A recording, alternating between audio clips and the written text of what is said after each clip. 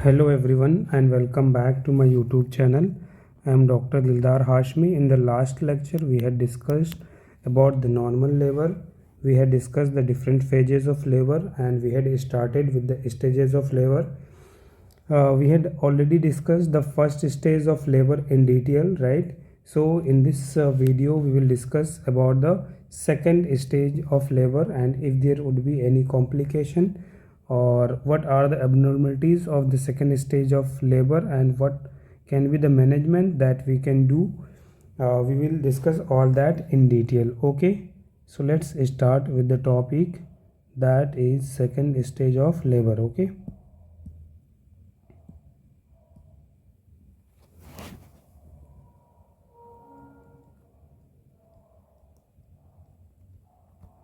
Second stage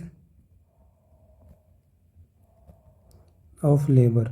What was the first stage of labor? First stage was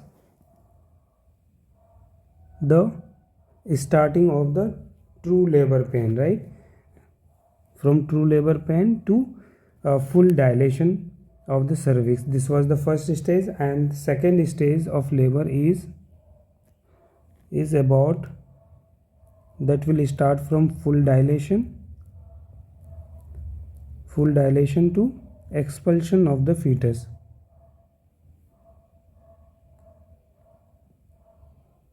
Expulsion of fetus. In first stage of labor, first stage was up to the full dilation of the cervix, and second stage starts from full dilation to expulsion of the fetus, right?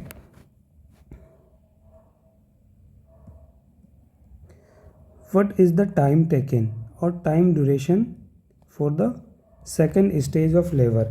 In case of primigravida, average time for the second stage is 1 hour, right? In case of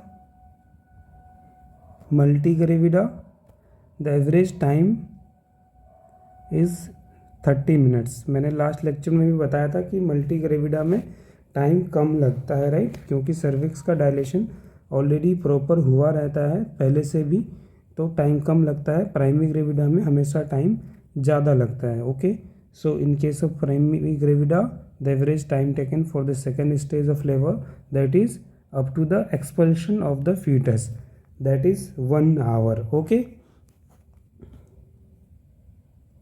what is the management of second stage of labor?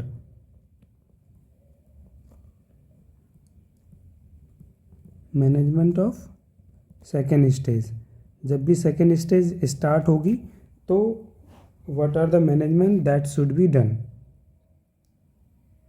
Management of second stage. Okay, normal management that is known as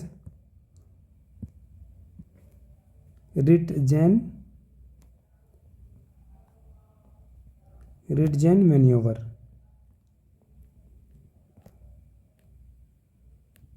Ritgen maneuver. I have attached one diagram here that shows Ritgen maneuver कि कैसे Ritgen maneuver करते हैं. तो इसमें actually क्या होता है, जब फीटस बाहर आना स्टार्ट होता है, expulsion of the foetus start होता है, तो उसके मैनेजमेंट के लिए रिटजेन मैन्यूवर करते हैं. उसमें क्या करते हैं कि एक हैंड से जो है पेरिनियम को सपोर्ट करते हैं. आप यहाँ पे देख रहे हैं एक हैंड जो है पेरिनियम को सपोर्ट कर रहा है, दूसरा हैंड यहाँ पे फीटल हेड में है. This is the foetal head. दूसरा हैंड कहाँ पे? फीटल हेड को सपोर्ट कर रहा है. पहला हैंड जो है the first hand, one hand is, see what actually we do in the Ritgen maneuver, that one hand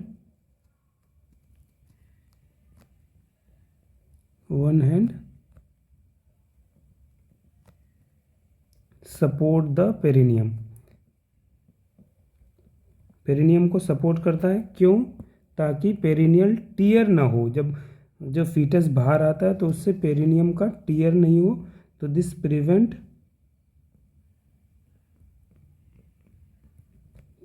perennial tier. बहुत अच्छे से समझने की कोशिश कीजिएगा।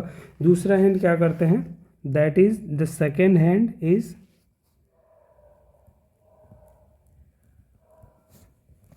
On foetal head.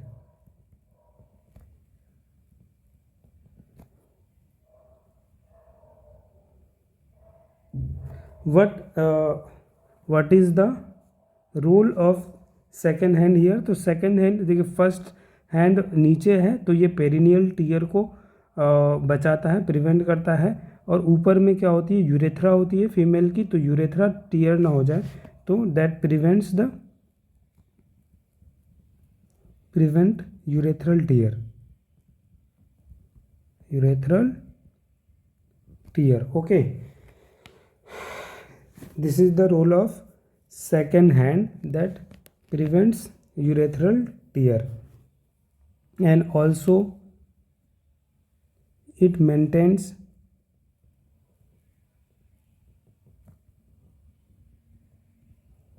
flexion of fetal head. It also maintains flexion of fetal head. So some questions are there regarding the Ridgeon maneuver that you can see here is Ridgeon maneuver. It is written here that it prevent anal sphincter tear, that I have already written here that it prevent perineal tear. And some questions are there. What is the name of this maneuver? The name is Ridgeon maneuver, right? I have written here Ridgeon maneuver. What is the aim of this maneuver?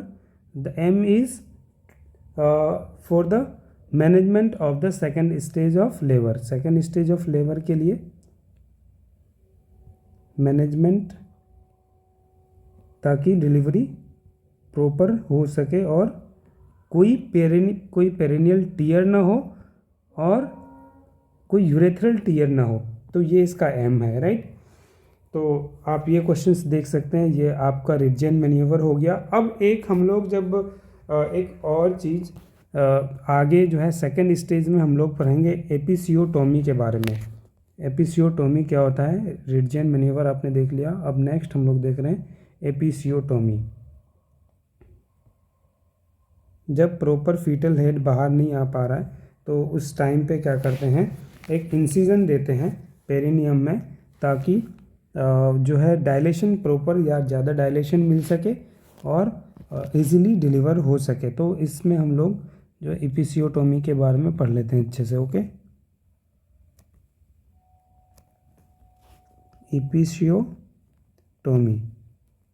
What is episiotomy? In episiotomy, we give an incision.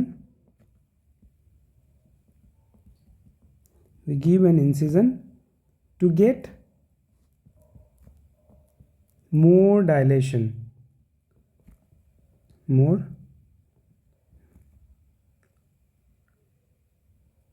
dilation that increases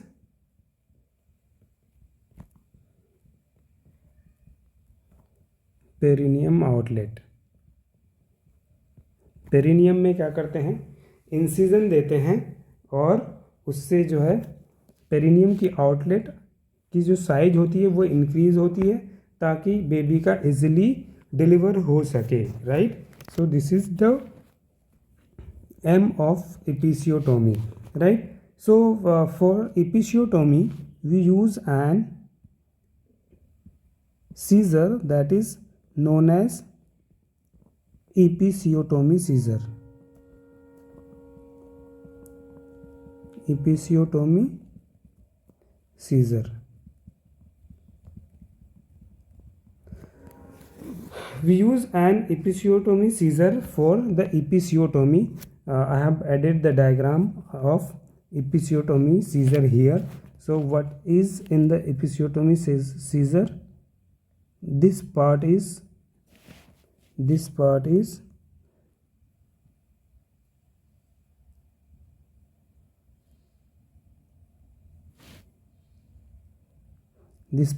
angulated, right?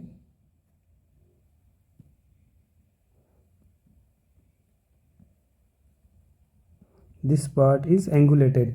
सबसे जो चीज़ ध्यान में रखनी है, episiotomy scissor में क्या होता है, जो फिंगर ग्रिप्स होता है, ये this finger grips are on the same side, right. देख सकते हैं आप, ऊपर ये इसके ऊपर, ये इसके ऊपर, that both finger grips are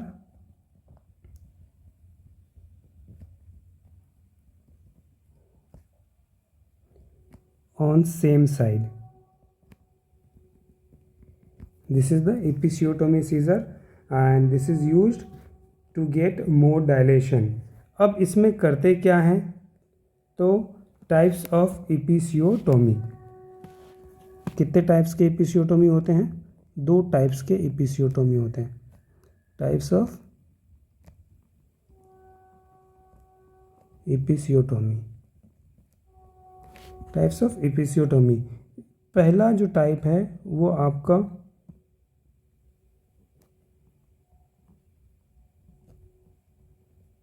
midline episiotomy,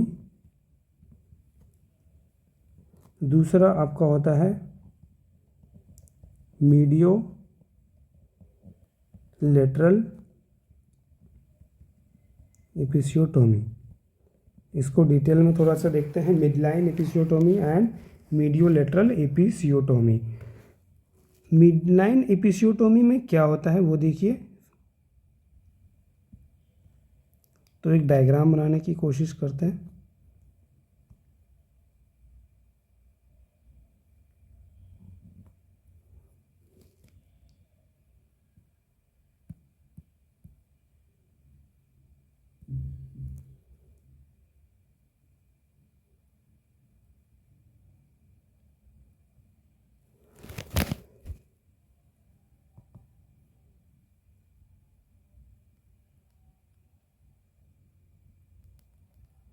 right, देखिए जो मिडलाइन एपिसियोटोमी में जो इंसिजन देते हैं, ये पेरिनियम है और ये आपका जो है आउटलेट है जहाँ से फीटस बाहर आएगी।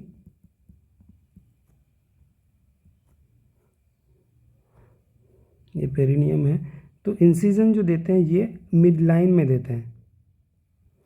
This one is the midline episiotomy. और मीडियो लेटरल में जो एपिसियोटोमी करते हैं या इंसिजन देते हैं वो थोड़ा लेटरल साइड में देते हैं। ये क्या है, मीडियो लेटरल, ये लेटरल साइड में देते हैं। This one is the media lateral episiotomy. अब इसके एडवांटेज या डिसएडवांटेज या कब कौन सी देनी चाहिए वो एक बार देखते हैं कि मिडलाइन और मीडियो लेटरल में क्या क्या डिफरेंस है, राइट। चलिए, इन case of midline episiotomy,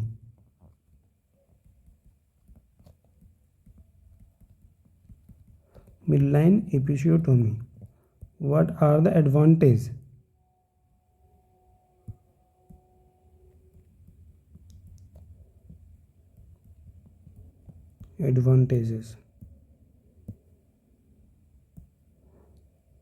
So in midline episiotomy there is less blood loss.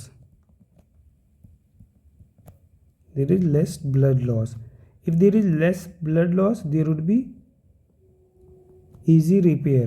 This one is easy to repair. This one heals faster. Come blood loss होती है, रिपेयर करने में इजी रहता है और जल्दी ठीक भी हो जाता है, right. This one is less painful, right, this one is less painful. What are the disadvantage?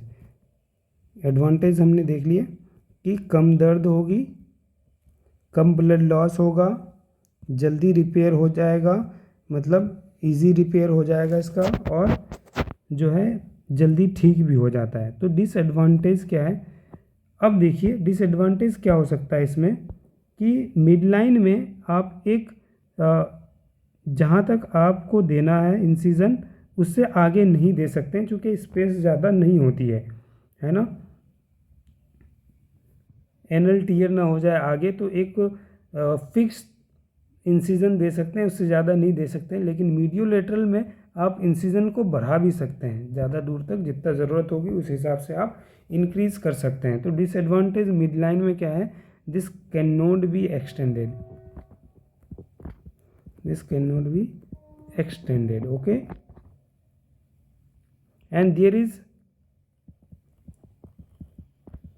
risk of spincher tear,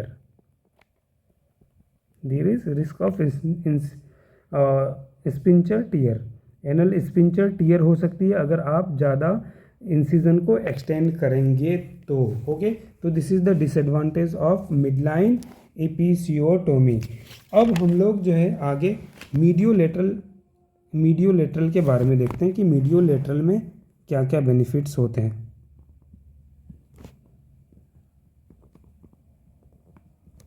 mediolateral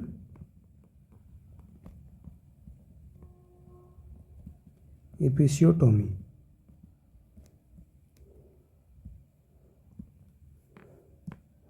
what is the advantage. Advantage जो आपका मिड लाइन में डिसएडवांटेज है, ये यहाँ पे क्या हो जाएगा, एडवांटेज हो जाएगा। मीडियोलेटरल देंगे तो मीडियोलेटरल में क्या करते हैं, क्या कर सकते हैं, this can be extended, this can be extended, right? There is less risk of spincher tear, less risk of less spincher tear, this is the advantage, right? What is the disadvantage? अब जो आपका midline में जो advantage था, इसका disadvantage हो जाएगा। क्या हो जाएगा, इसमें लेस ब्लड लॉस था, there would be more blood loss, ज़्यादा एक्सटेंड करेंगे, ज़्यादा ब्लड वेसल की सप्लाई वहाँ पे, तो there is more blood loss. Midline is less painful, this one is more painful,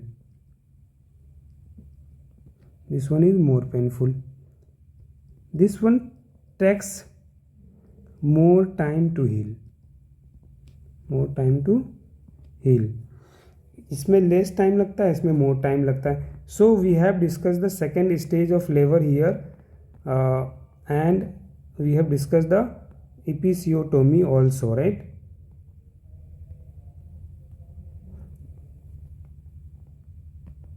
second stage of लेबर में क्या होता है, फुल डायलेशन से लेके एक्सपल्शन ऑफ द फीटस तक होता है। अब प्राइमी ग्रेविडा के केस में 1 घंटे का टाइम लगता है, मल्टी ग्रेविडा के केस में आपका 30 मिनट्स का टाइम लगता है।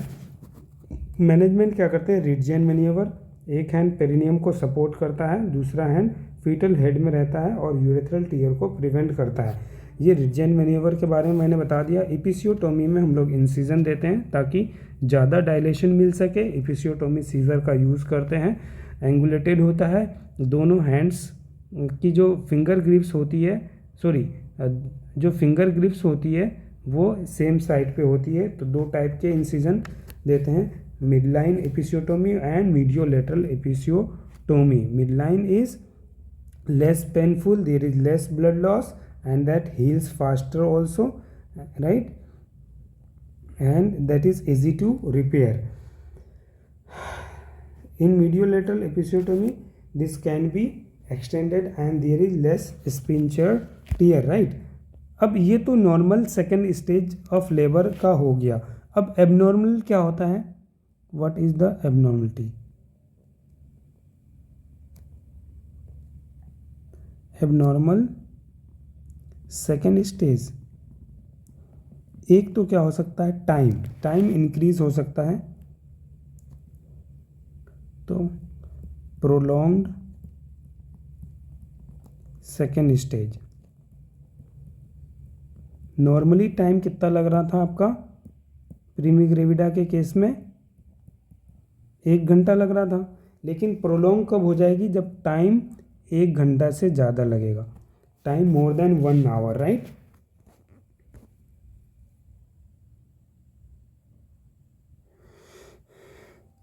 जब टाइम ज़्यादा लग रहा है, 1 घंटे से ज़्यादा टाइम लग रहा है, तो इसका मैनेजमेंट क्या कर सकते हैं? What is the management?